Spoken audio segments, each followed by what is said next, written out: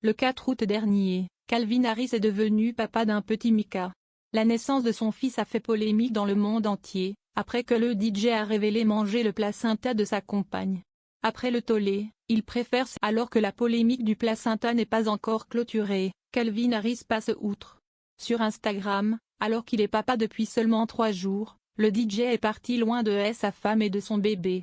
Agenda professionnel oblige, la star planétaire se retrouve au festival Ushuaïa Ibiza.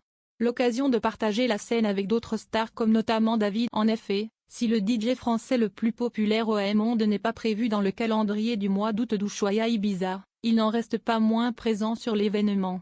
Et il est un franc soutien pour son ami Calvin Harris, qui enchaîne les dates durant tout le mois. En effet, après avoir été présent les 1er et 5 août dernier, le DJ sera de retour le 12 août prochain, puis le 19, le 22, le 26 et 29 suivants. Entre-temps, les festivaliers pourront s'ambiancer aux côtés de Martin Garrix, Kygo et Anne. Ce lundi 4 août, Calvin Harris est devenu papa d'un petit Micah.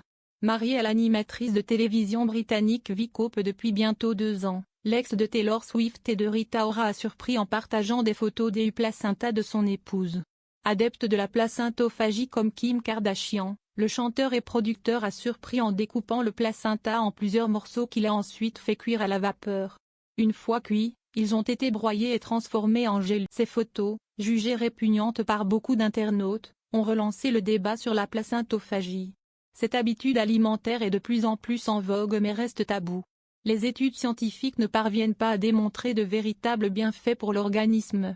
Toutefois, de nombreuses mamans assurent que la consommation de leur placenta aide à réduire les effets du postpartum. Le placenta est consommé cuit, cru, rôti et même en smoothie par certains.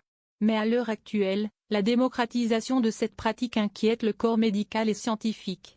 Ces derniers n'ont de cesse d'alerter sur les dangers potentiels. Et le placenta reste un organe, qui, pendant 9 mois, filtre les toxines sans les avoir éliminées. Il peut donc contenir des substances nocives et bactériennes. Le risque pour les mamans est d'autant plus grand qu'une Américaine a récemment contaminé son nourrisson, par l'allaitement, après avoir mal préparé. En France, la placentophagie est contrôlée et régulée par le cadre légal. En effet, après l'accouchement, la maman n'a pas le droit de récupérer son placenta.